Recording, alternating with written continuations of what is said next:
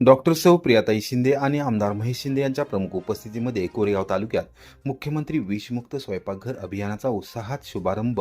भारतीय परंपरेतील आरोग्यदायी अन्न संस्काराचे महत्त्व शालेय बालकांच्या मनावर रुजवण्यासाठी प्रयत्न करणे व ग्रामीण भागातील कुटुंबांना रासायनिक घटकांपासून मुक्त आरोग्यदायी आहार विषयातील जनजागृती करण्यासाठी कोरेगाव तालुक्यात मुख्यमंत्री विषमुक्त स्वयंपाकघर अभियानाचा शुभारंभ अत्यंत उत्साहात पार पडला. सातारा जिल्हा परिषदेमार्फत राबवण्यात येत असलेले हे अभियान 15 ऑगस्ट पासून सातारा जिल्ह्यात सुरू झाले आहे. या अभियानाच्या अंतर्गत विषमुक्त स्वयंपाकघर ही स्पर्धा जिल्हा परिषदेच्या मार्फत राबवण्यात येणार आहे. यामध्ये विषमुक्त स्वयंपाकघर गावास विशेष बक्षीस दिले जाणार आहे. तसेच अभियानात सर्वोत्कृष्ट काम करणाऱ्यांना मुख्यमंत्री देवेंद्र फडणवीस यांच्या हस्ते गौरवण्यात येणार आहे. या प्रसंगी कार्यक्रमाचे प्रमुख मार्गदर्शक म्हणून सातारा जिल्हा परिषदेच्या अध्यक्षा डॉक्टर सौ प्रियाताई महेश शिंदे आणि आमदार महेश शिंदे साहेब यावेळी उपस्थित होते. व्यासपीठावर जिल्हा परिषद सदस्य हनुमंतराव जगदाळे, सौ सारिका रत्नदीप फाळके, पंचायत समिती सदस्य सुरेखाताई पाटील, गटविकास अधिकारी सुप्रिया चव्हाण आणि सहाय्यक गटविकास अधिकारी लालासाहेब गावडे, तालुका आरोग्य अधिकारी डॉक्टर शंकर गांधीले, एकात्मिक बाल विकास प्रकल्प अधिकारी शारदा जाधव व रब्बना तांबोळी, उमेद तालुका अभियान तालुका व्यवस्थापक प्रसाद धुमाळ यांची प्रमुख उपस्थिती यावेळी होती. डॉक्टर प्रियाताई शिंदे म्हणाले की आजच्या काळात वाढत्या आजारांवर नियंत्रण मिळवायचे असेल तर दैनंदिन आहारात विषमुक्त अन्नधान्य आणि भाजीपाल्याचा वापर वाढवणे ही काळाची गरज आहे. महिलांचे व कुटुंबाचे आरोग्य हे स्वयंपाकघरावर अवलंबून असते. त्यामुळे अंगणवाडी सेविका, आशा सेविका आणि उमेद बचत गटाच्या महिलांनी या अभियानाची मशाल घराघरापर्यंत पोहोचवावी. आमदार महेश शिंदे म्हणाले की कोरेगाव तालुक्याला निरोगी आणि सुदृढ बनवण्यासाठी विषमुक्त स्वयंपाकघर अभियान हे अतिशय महत्त्वाचे पाऊल आहे. निरोगी आरोग्याचा पाया घालण्यात स्वयंपाकघराची भूमिका अतिशय महत्त्वाची आहे. यावेळी त्यांनी खाद्यपदार्थांमध्ये वापरण्यात येणारे कृत्रिम रंग आणि त्याच्या आरोग्यावर होणारे घातक परिणाम याबाबत आमदार महेश शिंदे यांनी उपस्थितांना अतिशय अभ्यासपूर्ण मार्गदर्शन केले. विशेषतः लग्न समारंभ सारख्या कार्यक्रमात अधिक मोठ्या प्रमाणात विषयुक्त अन्नाचा प्रसार होतो, तो रोखण्यासाठी या अभियानात विशेष प्रयत्न केले जाणार आहेत. यावेळी कृत्रिम रंगमुक्त अन्नपदार्थ खाणे, परसबाग लावणे, स्वयंपाकघरात ज्या अन्नपदार्थांमुळे आजारपण येते असे रासायनिक पदार्थ न वापरणे, त्याचबरोबर या अभियानाचा प्रचार व प्रसार सर्वत्र करण्याची शपथ घेण्यात आली. मुख्यमंत्री देवेंद्र फडणवीस आणि राज्य शासन यांच्या कल्पनेतील निरोगी समाज घडवण्यासाठी कटिबद्ध राहण्याचा निर्धार यावेळी करण्यात आला. या कार्यक्रमास तालुक्यातील अंगणवाडी सेविका, मदतनीस, आशा सेविका तसेच उमेद बचत गट प्रवर्तक महिला यावेळी उपस्थित होत्या. माझ्या कुटुंबात शेजारी पाजारी आणि गावातील प्रत्येक नागरिकामध्ये अन्न सुरक्षेबाबत जनजागृती करण्यासाठी मी सक्रिय सहभाग घेईन. शुद्ध अन्नाची निवड करून भेसळीला ठाम नकार देत माझे स्वयंपाकघर विषमुक्त स्वयंपाकघर बनवण्याचा संकल्प मी करते. तसेच माझे गाव भेसळमुक्त, विषमुक्त आणि निरोगी बनवण्यासाठी मी सदैव प्रयत्नशील राहीन. चला, शुद्ध अन्नाची निवड करू, भेसळीला ठाम नकार देऊ आणि विषमुक्त व निरोगी सातारा घडवू. मुस्लिम समाजाच्या विकासासाठी यापुढेही प्राधान्याने काम करणार खासदार नितीनकाका पाटील. कोरेगावातील मुस्लिम समाजाच्या दफनभूमीच्या संरक्षक भिंतीसाठी खासदार निधीतून 20 लाखांची तरतूद. शाहू फुले आंबेडकर यांच्या विचारसरणीला केंद्रस्थानी ठेवून राष्ट्रवादी काँग्रेस पक्षाची वाटचाल सुरू असून स्वर्गीय यशवंतराव चव्हाण, स्वर्गीय किसनवीर आणि स्वर्गीय अजितदादा पवार यांनी घालून दिलेल्या आदर्श विचारसरणीच्या मार्गावर आम्ही काम करत आहोत. मुस्लिम समाजाने नेहमीच राष्ट्रवादी काँग्रेस पक्षाच्या पाठीशी राहण्याची भूमिका घेतली आहे. त्यामुळे मुस्लिम समाजाचे प्रश्न प्राधान्यक्रमाने सोडवण्यासाठी यापुढील काळातही प्रयत्न करून समाजाला खऱ्या अर्थाने न्याय देण्याची भूमिका राहील, अशी ग्वाही सातारा जिल्हा मध्यवर्ती सहकारी बँकेचे चेअरमन तथा खासदार नितीनकाका पाटील यांनी दिली. कोरेगाव शहरातील रहमतपूर रस्त्यालगत असलेल्या मुस्लिम समाजाच्या दफन भूमीसाठी संरक्षक भिंत बांधण्यासाठी खासदार निधीतून 20 लाख रुपयांची तरतूद करण्यात आली आहे. या कामाचे भूमिपूजन बुधवारी दुपारी खासदार नितीन काका पाटील यांच्यासह मान्यवरांच्या हस्ते करण्यात आले. त्यानंतर मुस्लिम समाज बांधवांशी संवाद साधताना ते बोलत होते. यावेळी कोरेगाव पंचायत समितीचे माजी सभापती संजय झवर, किसनवीर सातारा सहकारी साखर कारखान्याचे माजी संचालक ॲडव्होकेट प्रभाकर बर्गे, राष्ट्रवादी काँग्रेसचे जिल्हा उपाध्यक्ष सूर्यकांत बर्गे, तालुकाध्यक्ष शिवाजीराव म्हाडी, माजी उपनगराध्यक्ष संजय पिसाळ, अल्पसंख्याक सेलचे तालुकाध्यक्ष आरिफ शेख, अक्षय सतीश बर्गे तसेच समाजातील ज्येष्ठ पदाधिकारी आयुबभाई शेख व रियाजभाई शेख यांच्यासह प्रमुख मान्यवर यावेळी उपस्थित होते.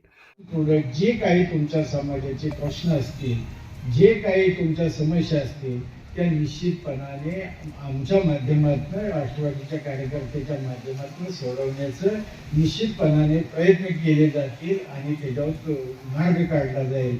एवढंच आजच्या या कार्यक्रमाच्या निमित्ताने मी आश्वासन देतो. फार काय बोलत नाही, ऊन लागते भरपूर, त्यामुळं पुन्हा आता पुढच्या कार्यक्रमाला आपण कधीतरी या संदर्भात सविस्तर बोलू. आज एवढंच बोलून तुम्ही आमचा सगळ्यांचा सत्कार केला, त्याबद्दल ह्या सर्व मान्यवरांच्या वतीने मी सर्व समाजाचे मनापासून आभार मानतो आणि आमच्या सगळ्यांच्या वतीने पुन्हा एकदा ईदच्या शुभेच्छा देऊन माझे 2 शब्द संपवतो. जय हिंद, जय महाराष्ट्र.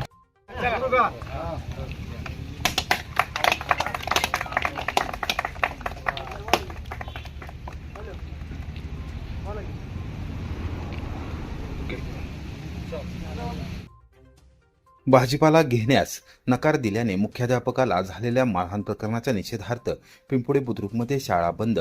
शालेय पोषण आहारासाठी भाजीपाला घेण्यास नकार दिल्याच्या कारणावरून यशवंतराव चव्हाण विद्यालयाचे मुख्याध्यापक ब्रह्मदेव वाघमोडे यांना शिवीगाळ करून मारहाण केल्याच्या निषेधार्थ ग्रामस्थ, पालक, स्कूल कमिटी सदस्य व विविध संस्थांच्या पदाधिकाऱ्यांनी गुरुवारी शाळा बंद ठेवून घटनेचा तीव्र निषेध केला. संबंधित भाजी विक्रेत्या व्यक्तीला तातडीने अटक करून कठोर कायदेशीर कारवाई करावी अशी मागणी करणारे निवेदन वाटा स्टेशन पोलीस ठाण्यात देण्यात आले. मंगळवार दिनांक 25 ऑगस्ट रोजी दुपारी 4 वाजण्याच्या सुमारास मुख्याध्यापक ब्रह्मदेव वाघमोडे हे विद्यालयाच्या कार्यालयात शासकीय कर्तव्य बजावत असताना हा प्रकार घडल्याचे सांगण्यात आले. शालेय पोषण आहारासाठी भाजीपाला घेण्यास नकार दिल्याच्या कारणावरून संबंधित व्यक्तीने वाघमोडे यांना शिवीगाळ केली. त्यानंतर त्यांना खुर्चीवरून खाली पाडून हाताने मारहाण केल्याचा आरोप आहे. या प्रकरणी वाटर स्टेशन पोलीस ठाण्यात संबंधित व्यक्तीविरुद्ध गुन्हा दाखल करण्यात आला आहे. या घटनेच्या निषेधार्थ गुरुवारी सकाळी 9 वाजता ग्रामस्थ, विद्यार्थी, पालक, स्कूल कमिटी सदस्य तसेच विविध संस्थांचे पदाधिकारी विद्यालयाच्या मुख्य प्रवेशद्वारासमोर एकत्र आले. यावेळी शाळा बंद ठेवून घटनेचा निषेध करण्यात आला.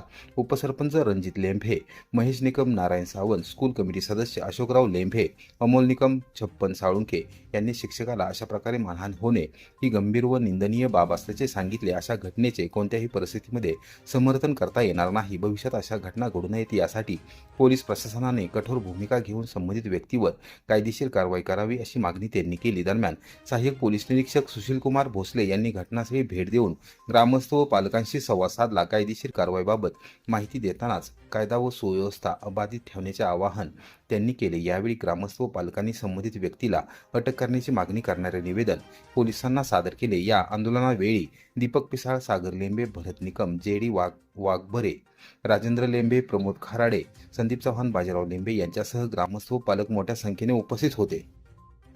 मिरची खरेदीच्या नावाखाली सातारच्या व्यापाऱ्यालाच लागल्या मिरच्या. लाखो रुपयांची फसवणूक. कर्नाटकातील व्यापाऱ्याविरोधात अखेर गुन्हा दाखल. लाल मिरचीच्या 400 पोत्यांचा व्यवहार करून तब्बल 19,53,732 रुपये RTGS द्वारे घेतल्यानंतर माल न देता बनावट GST बिल पाठवून फसवणूक केल्याप्रकरणी कर्नाटकातील व्यापाऱ्याविरोधात शाहूपुरी पोलीस ठाण्यात गुन्हा दाखल करण्यात आला आहे.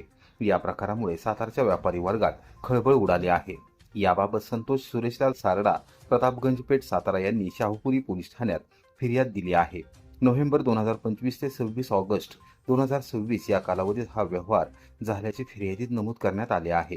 कर्नाटकातील बॅडगी, जिल्हा हावेरी येथील AK कुंडगोल दुकानाचे मालक शोएब कुंडगोल यांच्याकडून सारडा यांनी बॅडगी, काश्मीरी, बॅडगी आणि संकेश्वरी मिरचीची 400 पोती मागवली होती. त्यानुसार सारडा यांनी कुंडगोल दुकानाच्या नावावरील ॲक्सिस बँक खात्यावर RTGSद्वारे रक्कम जमा केली. यामध्ये 1 डिसेंबर 2025 रोजी 5 लाख रुपये, 14 डिसेंबर रोजी 9 लाख रुपये आणि 19 डिसेंबर रोजी 5,53,732 रुपये अशी एकूण 19,53,732 रुपये रक्कम देण्यात आली.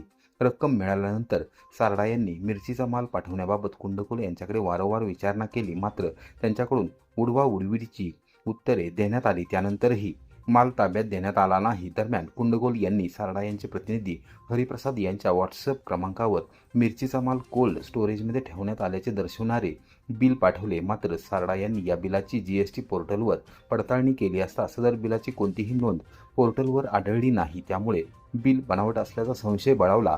ऑनलाईन पडताळणीतही संबंधित बिलाची नोंद आढळून न आल्याने कुंडकोल यांनी मिरचीचा माल स्थानिक पातळीवर खरेदी केला नसल्याचे तसेच तो कोल्ड स्टोरेजमध्येही ठेवला नसल्याचे सारडा यांच्या निदर्शनास आले. अखेर त्यांनी शाहूपुरी पोलीस ठाण्यात धाव घेत तक्रार दाखल केली. या प्रकरणी पोलिसांनी कर्नाटकातील व्यापाऱ्याविरुद्ध फसवणुकीचा गुन्हा दाखल केला असून पोलीस हवालदार राहुल गायकवाड पुढील तपास करत आहेत.